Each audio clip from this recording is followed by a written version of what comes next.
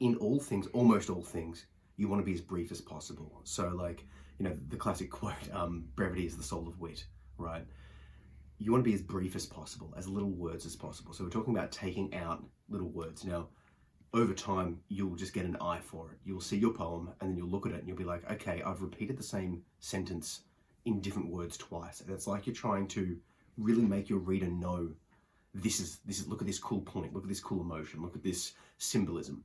But if you're doing it twice, what is that second iteration serving? You know what I mean? It's like, what does that second one give you? If it's talking about it in a different way and like you've chosen to put that second iteration in because it slightly shares a different perspective of it, keep it in. But if it's not giving you anything new, if it's not adding something extra to the piece, cut it. There's other things you'll start to see, for example, like any instances of that can usually be cut. So like, just look through your work, look through writing. If you ever see the word that, just consider cutting it. And if the sentence makes sense, you might want to take it out. Now that's a little example. There's lots of little words like that. And just consider cutting it. But then when you're reading the poem, read it out loud, because sometimes with poetry, it's about how it performs off the tongue. And sometimes that actually adds to that performance. So once again, these are sort of soft rules to consider. But the main one will be to trust your reader. So I've got a very short poem that goes, my joy is like desert rain. That's the poem. My joy is like desert rain.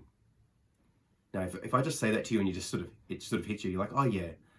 But if you consider it, there's a symbolism in there. Like, what does desert rain look like? It is clouds and thunderstorms and flash flooding, and then like, there's this sea of beautiful flowers, and then it disappears into a desert, into a drought.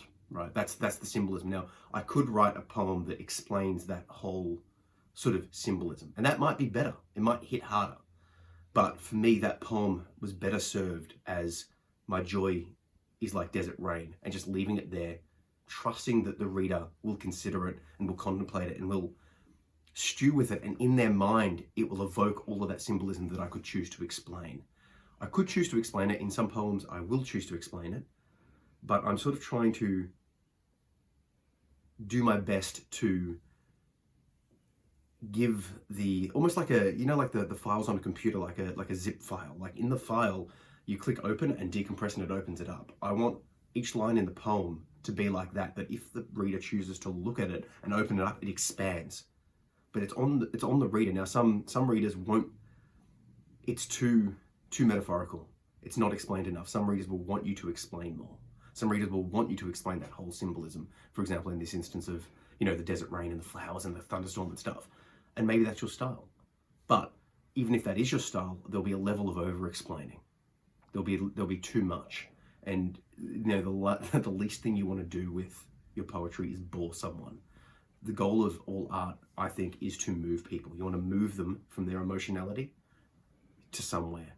From neutral to happy, to sad, to elated, to scared, to terrified, to awakened. Not to bored.